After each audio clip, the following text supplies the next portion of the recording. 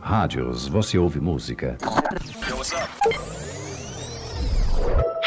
Folhinha.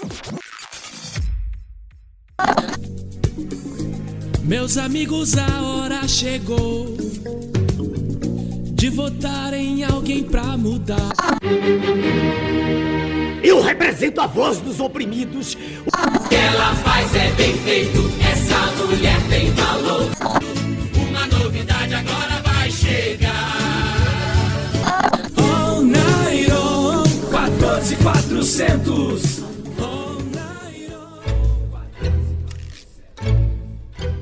Aposto que você já tá desconfiando o que essas musiquinhas todas querem dizer, não tá?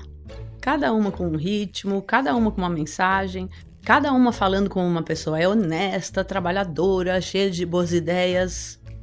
São jingles de políticos. Músicas bem curtinhas, feitas para convencer as pessoas a votarem em alguém. Esse ano que vai ter eleição, você vai ouvir várias dessas no rádio, na internet, na TV. O que é que faz um deputado federal? Na realidade, eu não sei. Mas vote em mim, que eu te conto. A Rita Lee, uma das cantoras brasileiras que eu mais gosto, resumiu tudo o que esses jingles gostariam de dizer no refrão de uma música. Eu vou botar só um trechinho aqui pra você ouvir. Meu amor, por favor, vote em mim. Prometo que se eu ganhar a eleição, só vou dar poder. Não era mais fácil falar só isso? Vote em mim! Vote em mim! É o que no fundo, todas essas musiquinhas querem dizer. E o que você tem a ver com isso? Essa é uma boa pergunta. É que o tema desse episódio da Rádio Folhinha é democracia. Você sabe o que quer dizer democracia? Aposto que você já ouviu essa palavra um montão de vezes. Então é melhor entender do que se trata, né? E eu sou a Teté Ribeiro. E eu não vou explicar o que é a democracia sozinha, não. Eu pedi ajuda para uma cientista política, a Andréia Freitas. E é melhor a gente entender o que faz uma cientista política, né? Porque esse termo já é, por si, bem complicado. Eu pesquisei bastante e aprendi que uma cientista política analisa as maneiras como um grupo de pessoas, que a gente chama de uma sociedade, organiza a vida para poder viver junto. Isso é a política, as regras de uma sociedade para poder viver junto. Falando assim, parece meio complexo, mas até que não é muito, não. Pensa comigo. A sua família, por exemplo, tem coisas que você pode e coisas que você não pode fazer na sua casa, não tem? E além da sua casa, tem a casa dos seus avós, ou primos, ou padrinhos, ou mesmo vizinhos. As regras de cada casa não são diferentes? Então, essa é a política de cada casa. Alguém ou mais de uma pessoa determina o que pode e o que não pode em cada família. Numa cidade, por exemplo, que tem mais gente, além de ter regras, tem gente de olho para ver se as regras estão sendo cumpridas. E quem não cumpre uma regra é punido de alguma maneira. Num país, a mesma coisa. E um jeito de organizar a vida, ou seja, a política de um lugar, pode ser como é no Brasil, nos Estados Unidos, na França, na Argentina, em vários lugares do mundo, o que se chama democracia. E é para entender a democracia que eu pedi a ajuda da Andréia. Andréia, me ajuda. O que é a democracia? Democracia é um regime, uma maneira de organizar a sociedade, onde o povo, a sociedade, todas as pessoas que estão em um determinado país, em um determinado território, têm o poder de decidir sobre as políticas, sobre a maneira como o Estado vai se organizar. Ué, como assim o Estado? A gente não estava falando de um país?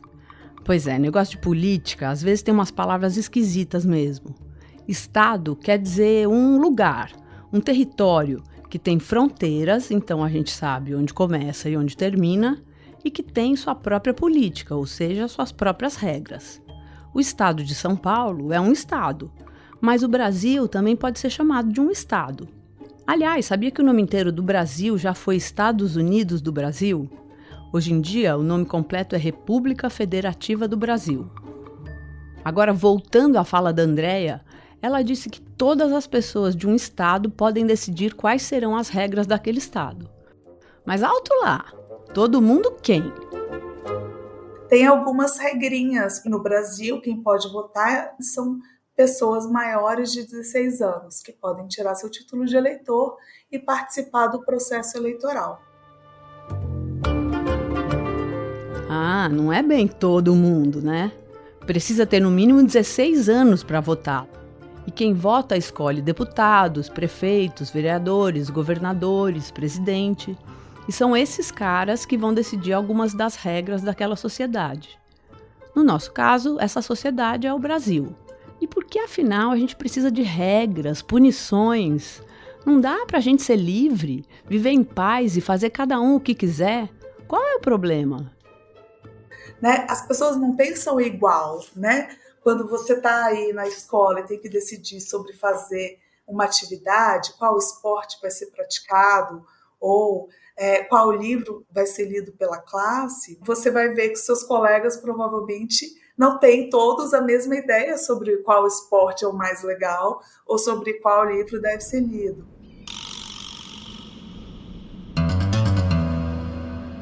Mas tudo bem, porque é isso mesmo, as pessoas são diferentes. Você vai decidir qual livro vai ler, alguém vai querer um livro, outra pessoa vai querer outro livro.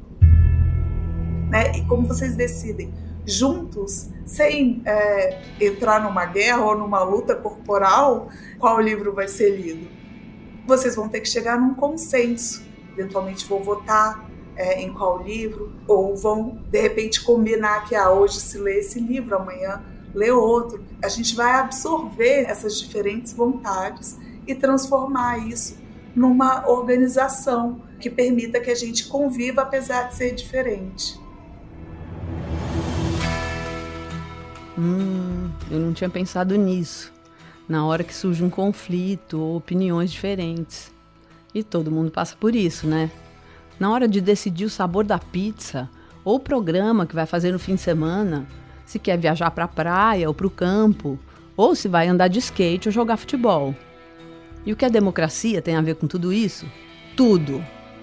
A democracia é um regime que garante que todas as pessoas possam dizer o que querem, falar ou escrever sobre o que acreditam, ter a religião que mais gostarem, podem ser católicos, espíritas, evangélicos, do candomblé e tudo bem. A gente discorda, mas que a gente precisa arranjar uma maneira de resolver esses conflitos pacificamente, né, sem brigar uns com os outros, isso não é possível num lugar onde a gente não pode expressar as nossas preferências, né? Como é que eu vou resolver conflitos se eu sequer posso falar sobre eles? Votar só pode com 16 anos mesmo, não tem jeito. Mas dá para participar da democracia com qualquer idade. E essa é uma das coisas mais legais desse sistema político. Como? Fazendo uma manifestação pública, por exemplo. Dá para me ouvir? Panelaço é quando as pessoas batem as panelas bem alto na janela de casa para fazer barulho mesmo e mostrar que não concordam com o que o político está falando na TV. Isso é uma manifestação e não precisa ter 16 anos nem título de eleitor para bater panela.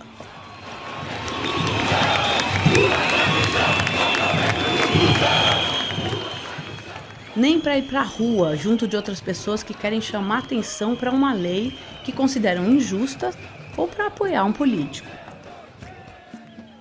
E claro que pode sair na rua ou bater panela em um país que não é democrático. Mas essa pessoa pode até ser presa se fizer uma manifestação. Então, já tá achando a democracia o máximo? Eu acho, mas também tem umas críticas, sabia? E falei sobre elas com a Andréia.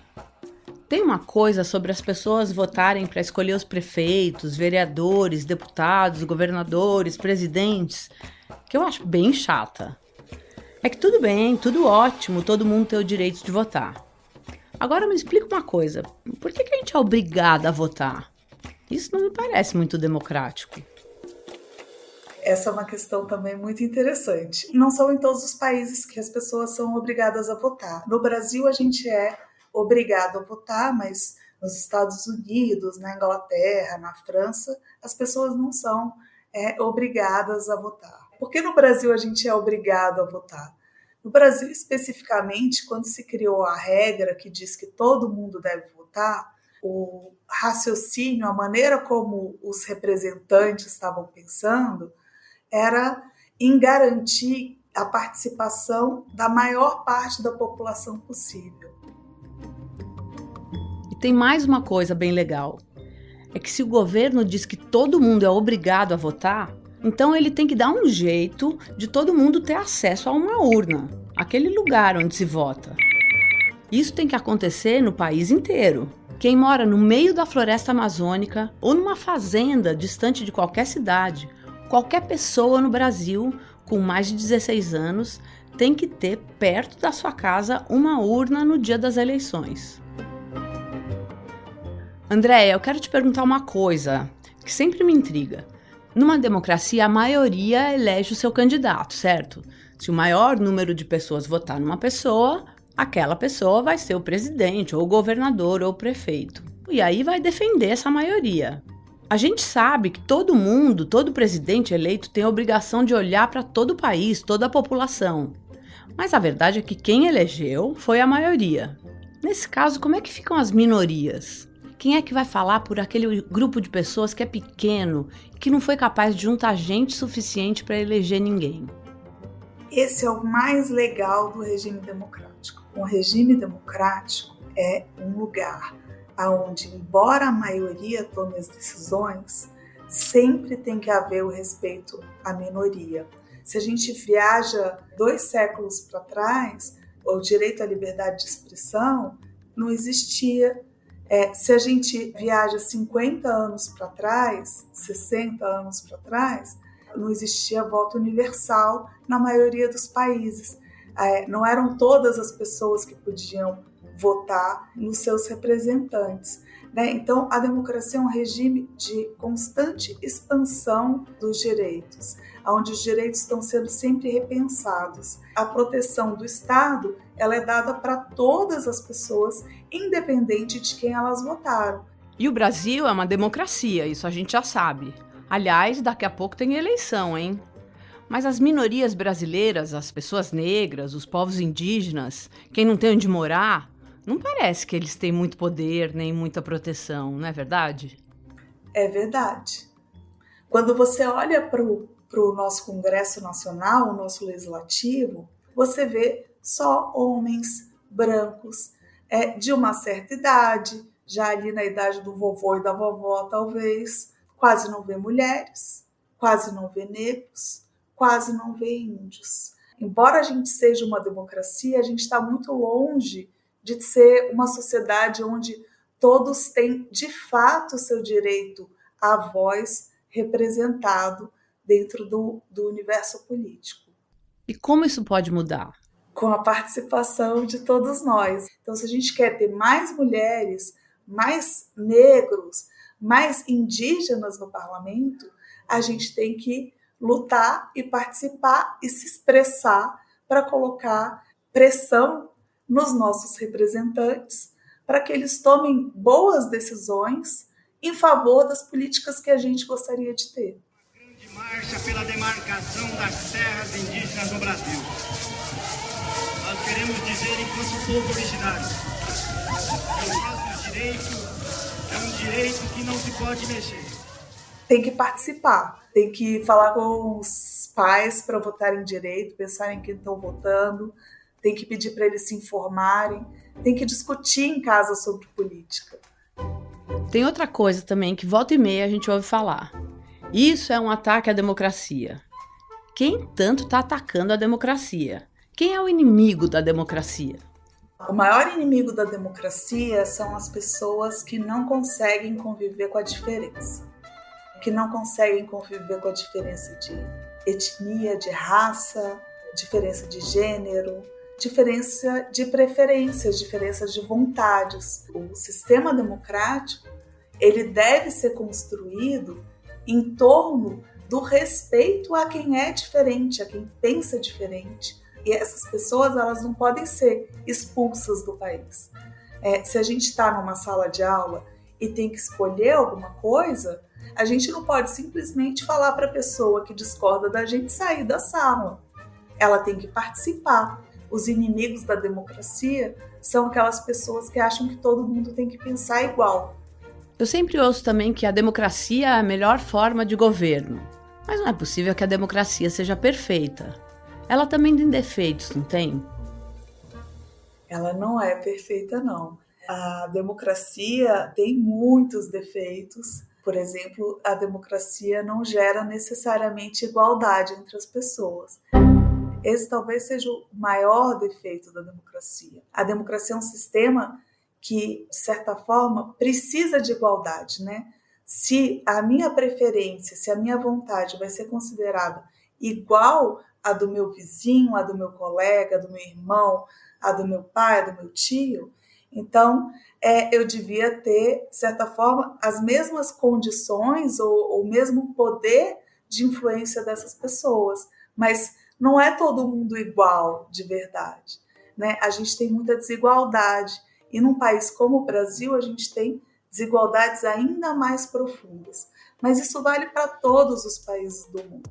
Não existe nenhum lugar do mundo onde a democracia seja perfeita e as pessoas sejam de fato iguais. Quanta coisa para pensar. Eu entendi que a democracia parece mais justa que os outros regimes políticos. Mas mesmo assim, ainda tem tanta injustiça no mundo. E aí, como é que a gente faz para melhorar a vida de todo mundo? Bom, uma coisa de cada vez, né? A gente pode começar conversando. Você pode conversar com seus pais, com seus amigos, com seus professores, com seus avós. Quem sabe eles não te contam outras histórias bem intrigantes também. Eu sou a Teté Ribeiro e eu faço reportagem, entrevista e a narração da Rádio Folhinha. Meu parceiro nesse projeto é o Rafael Conkle, que faz pesquisa e edição de som. Esse episódio usou áudios de Poder 360 e Coletivo 82. Segue a gente no seu aplicativo favorito de podcasts para ouvir mais episódios. A gente se vê já já. Tchau!